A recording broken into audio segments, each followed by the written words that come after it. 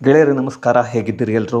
ಗೆಳೆಯರೇ, ಈ ದಿನದ ಒಂದು ವಿಷಯವನ್ನು ಏನು ಹೇಳೋದಕ್ಕೆ ಹೊರಟಿದ್ದೇನೆ, ಈ ಒಂದು ವಿಷಯ ಬಹಳಷ್ಟು ಮನಮುಟ್ಟುವಂತೆ ಎಲ್ರಿಗೂ ಹೇಳಬೇಕು. ಯಾಕೆಂದರೆ ಈಗ ನಿನ್ನೆಯಷ್ಟೇ 2 ದಿನಗಳ ಹಿಂದೆಯಿಂದ ಓಡಾಡ್ತಾ ಇದೆ ಒಂದು ದರ್ಶನ್ಗೆ ಸಂಬಂಧಪಟ್ಟ ಒಂದು ಫೋಟೋ, ಹಾಗೆ ಒಂದು ವಿಡಿಯೋ ಕಾಲ್ ಮಾಡಿರ್ತಕ್ಕಂಥ ವಿಡಿಯೋ, ಹಾಗೆ ಅದರ ಜೊತೆಗೆ ಫೋಟೋ. ಇದೆಲ್ಲವೂ ದರ್ಶನ್ನ ಕರಾಳ ಮುಖವನ್ನು ಬಿಚ್ಚಿಡ್ತಾ ಇದೆ. ಯಾಕೆಂದರೆ ಇದಕ್ಕೂ ಮುಂಚೆಯೇ ಜೈಲಿಗೆ ಹೋಗುವ ಮೊದಲು ಪೊಲೀಸರು ಎಲ್ಲೋ ಒಂದು ಕಡೆ ಸಂಶಯವನ್ನು ವ್ಯಕ್ತಪಡಿಸಿ ಈತನಿಗೆ ವಿಲ್ಸನ್ ಗಾರ್ಡನ್ ನಾಗನ ಜೊತೆ ಕೆಲವರು ರೌಡಿಗಳ ಜೊತೆ ಸಂಪರ್ಕ ಇದೆ ಅಂತ. ಆದರೆ ಆ ಸಂಪರ್ಕ ಇದೆಯಾ ಅನ್ನೋದು ಗೊತ್ತಿರಲಿಲ್ಲ. ಯಾಕೆಂದರೆ ದರ್ಶನ್ ಫೋನ್ ಸಿಕ್ಕಿರಲಿಲ್ಲ, ಫೋನ್ ಕೊಟ್ಟರು ಕೂಡ ಲಾಕನ್ನು ಹೇಳಿರಲಿಲ್ಲ. ಅದೆಲ್ಲವನ್ನು ನೋಡಬೇಕು. ಆದರೆ ಈ ದರ್ಶನ್ ಏನಿದ್ದಾನೆ, ಈತ ಜೈಲಿಗೆ ಹೋಗುವುದಕ್ಕೂ ಮೊದಲೇ ಈ ಎಲ್ಲ ವ್ಯವಸ್ಥೆಯನ್ನು ಮಾಡಿಕೊಂಡು ಹೋಗಿದ್ದ ಅಂತಕ್ಕಂತಹ ಅನುಮಾನಗಳು ಬರ್ತಾ ಇದೆ. ಯಾಕೆ ಈ ಒಂದು ವಿಷಯವನ್ನು ಹೇಳ್ತಿದ್ದೇನೆ ಅಂದರೆ, ಈತನಿಗೆ ಈಗ ಇನ್ನೊಂದು ಕಡೆಯಿಂದ ಬಂದಿರತಕ್ಕಂಥದ್ದು ಅಂಡರ್ ವರ್ಲ್ಡ್ನ ಏನಾದರೂ ಕನೆಕ್ಷನ್ ಇದೆಯಾ ಅಂತ ಹೇಳಿಬಿಟ್ಟು ಪೊಲೀಸರು ಈಗಾಗಲೇ ಹುಡುಕಾಟವನ್ನು ಶುರು ಮಾಡಿದ್ದಾರೆ. ಕೇಳಬಹುದು ಬಹಳಷ್ಟು ಜನ, ಹೇಗೆ ಹುಡುಕಾಟವನ್ನು ಮಾಡಿಬಿಡ್ತಾರೆ ಸರ್ ಅಂತ. ಈತನ ಕಾಲ್ ಹಿಸ್ಟರಿಯನ್ನು, ಜೈಲಿಗೆ ಬರೋದಕ್ಕೆ ಮುಂಚೆ ಏನಿತ್ತು ಕಾಲ್ ಹಿಸ್ಟರಿಯನ್ನು ತೆಗೆದು ಎಲ್ಲವನ್ನು ಚೆಕ್ ಮಾಡಿ, ಯಾರ್ಯಾರಿಗೆ ಫೋನ್ ಮಾಡಿದ್ದೇನೆ ಎಲ್ಲ ನಂಬರನ್ನು ಚೆಕ್ ಮಾಡಬೇಕು ಅಂತ ಹೇಳಿಬಿಟ್ಟು ಹೊರಟಿದ್ದಾರೆ ಪೊಲೀಸರು. ಹಾಗಾಗಿ ಗೊತ್ತಿಲ್ಲ ಮುಂಬರುವ ದಿನಗಳಲ್ಲಿ ಯಾವ ಪರಿಸ್ಥಿತಿ ಬಂದು ಕುಳಿತುಕೊಳ್ಳುತ್ತೆ ಅಂತ.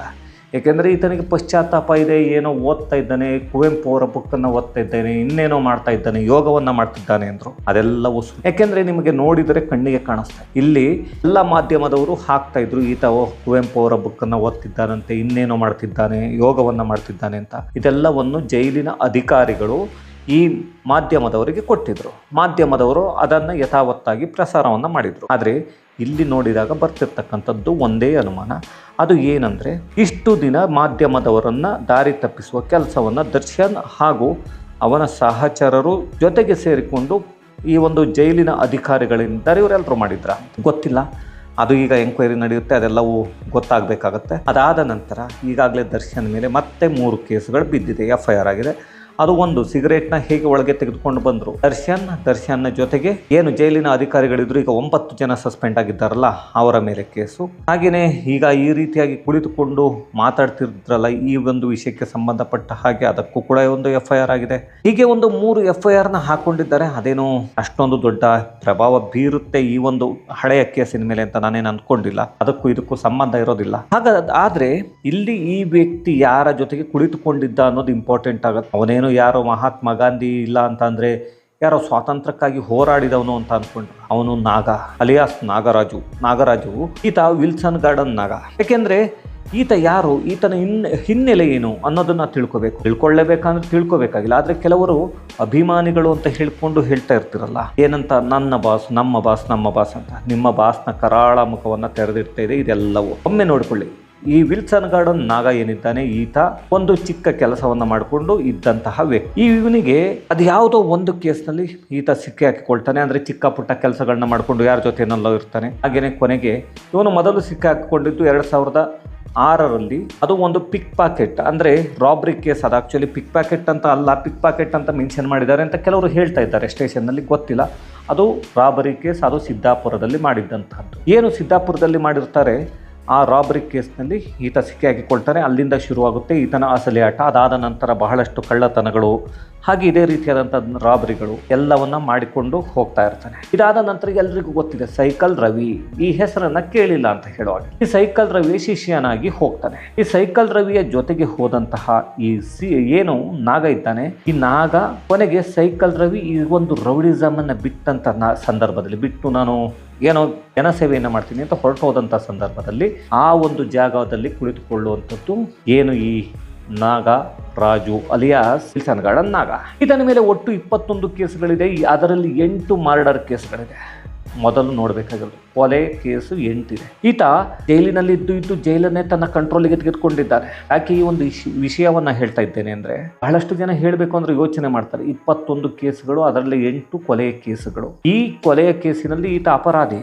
ಅಪರಾಧಿಯ ಜೊತೆ ಕುಳಿತುಕೊಂಡು ದರ್ಶನ್ ಮಾತನಾಡ್ತಕ್ಕಂಥದ್ದು ಎಲ್ಲವೂ ಯಾವ ರೀತಿಯಾಗಿ ಸರಿ ಅಂತ ಹೇಳಿಬಿಟ್ಟು ಗೊತ್ತಿಲ್ಲ. ಇನ್ನು ನಮ್ಮ ವ್ಯವಸ್ಥೆಯನ್ನ ಬೈಬೇಕಾ ಅಂತ ಅಂದ್ರೆ ವ್ಯವಸ್ಥೆಯನ್ನ ಬೈಲಿಕ್ಕಾಗಲ್ಲ. ವ್ಯವಸ್ಥೆಯ ಒಳಗೆ ನಮ್ಮಿಂದ ಚುನಾಯಿತರಾದಂತಹ ರಾಜಕಾರಣಿಗಳು ಏನಿದ್ದಾರೆ ಅವರು ಆಟ ಆಡುತ್ತಿರ್ತಕ್ಕಂಥದ್ದು ಆ ರೀತಿ. ಒಳ್ಳೊಳ್ಳೆಯ ಅಧಿಕಾರಿಗಳನ್ನ ತೆಗೆದುಕೊಂಡು ಬಂದು ಹಾಕ್ಲಿಕ್ಕಾಗಲ್ಲ. ಯಾಕೆಂದ್ರೆ ಅವ್ರು ಯಾರು ದುಡ್ಡು ಕೊಡೋದಿಕ್ಕೆ ಅವ್ರ ಹತ್ರ ದುಡ್ಡು ಇರಲ್ಲ. ಅವರು ನಿಯತ್ತಾಗಿ ಕೆಲಸವನ್ನ ಮಾಡ್ತಿರ್ತಾರೆ. ಇನ್ನು ದುಡ್ಡು ಕೊಡ್ತಕ್ಕಂತಹವ್ರನ್ನ ಹಾಕ್ತಾರೆ, ಅವ್ರು ಇನ್ನೇನ್ ಮಾಡ್ತಾರೆ, ದುಡ್ಡನ್ನೇ ತೆಗೆದುಕೊಂಡು ಬರಬೇಕು. ಇನ್ನು ಈ ನಾಗ ಸುಮಾರು 8 ಕೊಲೆ ಕೇಸಿನಲ್ಲಿ ಇರುವಂತಹ ವ್ಯಕ್ತಿ. ಆದ್ರೆ ಈ ನಾಗನ ಇನ್ನೊಂದು ಹವಾ ಇದೆ.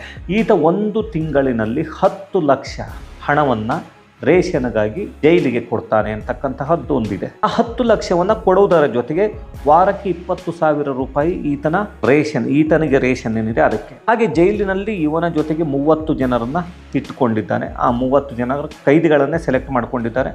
ಆ 30 ಜನರಿಗೂ ಬಟ್ಟೆ ಬರುತ್ತೆ.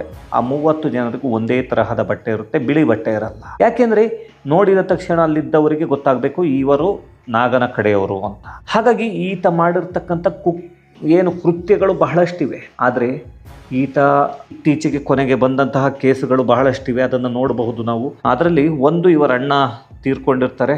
ಇವರ ಅಣ್ಣನ ಹೆಂಡತಿ ಏನಿರ್ತಾರೆ ಇವರ ಅತ್ತಿಗೆಯ ಮೇಲೆಯೇ ಈತ ಏನು ಅಂದರೆ ಒಂದು ಬಲಾತ್ಕಾರವನ್ನು ಮಾಡಲಿಕ್ಕೆ ಹೋದ ಅಂತಕ್ಕಂತಹ ಆರೋಪ ಕೂಡ ಇದೆ. ಅದು ಗೊತ್ತಿಲ್ಲ. ಏಕೆಂದರೆ ಈತನಿಗೆ ಸರಿಸುಮಾರು 1.5 ಕೋಟಿ 1 ತಿಂಗಳಲ್ಲಿ ಏನು ಬಡ್ಡಿ ಬರುತ್ತೆ ಅಂತ ಹೇಳಲಾಗುತ್ತೆ. ಗೊತ್ತಿಲ್ಲ ಅದು ಬಡ್ಡಿ ಬರುತ್ತೋ ಇಲ್ಲ ಬರೀ ವಸೂಲಿ ಕಥೆನೋ ಅಂತ. ನಮಗೆ ಬಂದಿರತಕ್ಕಂಥ ಮಾಹಿತಿಯ ಪ್ರಕಾರ ಈತನ ಕಡೆಯಿಂದ ವಸೂಲಿ ಮಾಡ್ತಕ್ಕಂಥವರು ಬಹಳಷ್ಟು ಜನ ಹೊರಗಡೆ ಇದ್ದಾರೆ. ಈತ ಜೈಲಿನಲ್ಲಿ ಕುಳಿತುಕೊಂಡೇ ಎಲ್ಲವನ್ನು ಮಾನಿಟರ್ ಮಾಡ್ತಾನೆ. ಜೈಲಿನಲ್ಲಿ ಇಂತಹವ್ರ ಹತ್ರ ಇವತ್ತು ಹೋಗಿ ಕಲೆಕ್ಷನ್ ಮಾಡಬೇಕು, ಅವರು ಕೊಡಲಿಲ್ಲ ಅಂದರೆ ಏನನ್ನು ಮಾಡಬೇಕು, ಕೊಡಲಿಲ್ಲ ಅಂದರೆ ಕಾರಿಗೆ ಕಲ್ಲು ಹೊಡಿಬೇಕು. ಕಲ್ಲು ಹೊಡೆದಾಗ ಹೇಳ್ತಾನೆ ಈತ ಫೋನ್ ಮಾಡಿ ಅವರಿಗೆ, ನಾನೇ ಕಲ್ಲು ಹೊಡೆಸಿದ್ದು, ವಿಲ್ಸನ್ ಗಾರ್ಡನ್ ನಾಗ, ನನಗೆ ಮಾಮೂಲಿ ಕೊಡಬೇಕು, ನೀನು ಅದು ಇಷ್ಟನ್ನು ಕೊಡಬೇಕು, ಎಷ್ಟು ಲಕ್ಷ ಎಷ್ಟು ಕೋಟಿ ಎಷ್ಟು ಲಕ್ಷವನ್ನು ಕೊಡಬೇಕು 1 ತಿಂಗಳಲ್ಲಿ. ಅದು ಬರಲಿಲ್ಲ ಅಂದರೆ ನೀನು ಬದುಕೋದಿಲ್ಲ. ಈಗ ನಿನ್ನ ಕಾರಿಗೆ ಅಷ್ಟೇ ಏಟು ಬಿದ್ದಿದೆ, ನೆಕ್ಸ್ಟ್ ನಿಮ್ಮ ಮನೆಗೆ ಬೀಳುತ್ತೆ, ನಿನ್ನ ಮನೆಯಲ್ಲಿ ಇರುವವರಿಗೆ ಬೀಳುತ್ತೆ. ಈ ರೀತಿಯಾಗಿ ಹೆದರಿಸಿ ಮಾಡ್ತಕ್ಕಂಥದ್ದು. ಇನ್ನು ನಾವೆಲ್ಲರೂ ನೋಡ್ತಿದ್ದೇವೆ. ಈಗ ದರ್ಶನ್ ತೂಗುದೀಪ್ ಈ ವ್ಯಕ್ತಿಯನ್ನು, ಈ ಮನುಷ್ಯನನ್ನು, ಈ ಅಯೋಗ್ಯ ಇವನು ಇನ್ನೇನು ಬುದ್ಧಿ ಬರುತ್ತೆ ಅಂತ ನನಗೇನು ಅನಿಸಿಲ್ಲ. ಈತನನ್ನು ಹಿಂಡಲಗ ಜೈಲಿಗೆ ಕಳಿಸ್ತೀನಿ ಅಂತ ಹೋಮ್ ಮಿನಿಸ್ಟರ್ ಹೇಳಿದರು, ಪರಮೇಶ್ವರ್ ಅವರು. ನನಗೆ ಒಂದು ಗೊತ್ತಾಗದೇ ಇರುವಂಥ ವಿಷಯ, ಈ ನಾಗನ ಜೊತೆಗೆ 30 ಜನರಿದ್ದಾರೆ. ಈ 30 ಜನರನ್ನ 6 ಜನರನ್ನ ಒಂದೊಂದು ಜೈಲಿಗೆ 5 ಜೈಲಿಗೆ ಕಳಿಸಬಹುದಲ್ವಾ? ಯಾಕೆ ಕಳಿಸ್ತಾ ಇಲ್ಲ? ಈಗ ನಾಗನೇ ಕೆಲವು ಕಡೆ ಹೇಳಿರುವ ಹಾಗೆ 10 ಲಕ್ಷ ತಿಂಗಳಿಗೆ ನಾನು ಕೊಡ್ತೀನಿ ಅಂತ ಹೇಳಿದ್ದಾನೆ. ಅದರ ಜೊತೆಗೆ ಈತ 2 ಮಂತ್ರಿಗಳ ಹೆಸರನ್ನು ಹೇಳಿದ್ದ. ಇದಕ್ಕೂ ಮೊದಲೇ ಬಹಳಷ್ಟು ದಿನಗಳ ಹಿಂದೆ. ಅದರಲ್ಲಿ ಮೊದಲಿಗೆ ಹೇಳಿದ್ದು ರಾಮಲಿಂಗಾರೆಡ್ಡಿ, ಅದಾದ ನಂತರ NA ಹ್ಯಾರಿಸ್. ಈ 2 ಮಂತ್ರಿಗಳ ಹೆಸರನ್ನು ಈತ ಹೇಳಿದ್ದ. ಅದಕ್ಕೂ ಕೂಡ ಈತನ ಮೇಲೆ ಕೇಸ್ ಆಗಿತ್ತು, ಗೊತ್ತಿಲ್ಲ. ಈಗಲೂ ಕೂಡ ಅವನು ಹೆಸರನ್ನು ಹೇಳ್ತಾನೆ ಇರ್ತಾನೆ ಫೋನಿನಲ್ಲಿ. ಇವನ ಸಹಚರರಿಗೆ ಹೇಳುವಾಗ ನನಗೆ ಇಂಥವರ ಸಹಾಯ ಇದೆ, ಹಾಗೆ ಇಂಥವರು ಸಹಕಾರವನ್ನು ನೀಡ್ತಾರೆ, ಇಲ್ಲ ಅಂದರೆ ನನ್ನನ್ನು ಹಿಂಡಲೆಗ ಜೈಲಿಗೆ ಕಳಿಸ್ಬೇಕು ಅಂದ್ಕೊಂಡಿದ್ರು, ನಾನು ಈಗ ಹೋಗಿಲ್ಲ ಅಂದರೆ ಇಂತಹ ಮಂತ್ರಿ ಇವರು ನನಗೆ ಸಪೋರ್ಟನ್ನು ಮಾಡೋದಕ್ಕೆ ಇದ್ದಾರೆ ಅಂತ ಹೇಳಿಬಿಟ್ಟು. ಯಾಕೆಂದರೆ ಯಾಕೆ ಅವರ ಹೆಸರನ್ನು ಹೇಳ್ತಿಲ್ಲ ಅಂದರೆ ಅದು ತನಿಖೆಯನ್ನು ಮಾಡ್ಕೊಳ್ಳೋ, ನಾವು ಹೇಳಬೇಕಾಗಿಲ್ಲ. ಯಾಕೆಂದರೆ ಆ ಮಂತ್ರಿಯ ಹೆಸರನ್ನು ಈತ ಹೇಳ್ತಿದ್ದಾನೆ. ಮಂತ್ರಿ ನೋಡಲಿಕ್ಕೆ ಬಹಳಷ್ಟು ಸಾಧು ಪ್ರಾಣಿಯ ಹಾಗೆ ಇರ್ತಾರೆ. ಅವರ ಹೆಸರನ್ನೇ ಪದೇ ಪದೇ ತೆಗೆದುಕೊಳ್ತಾನೆ. ಯಾಕೆ ಅಂತ ಗೊತ್ತಿಲ್ಲ.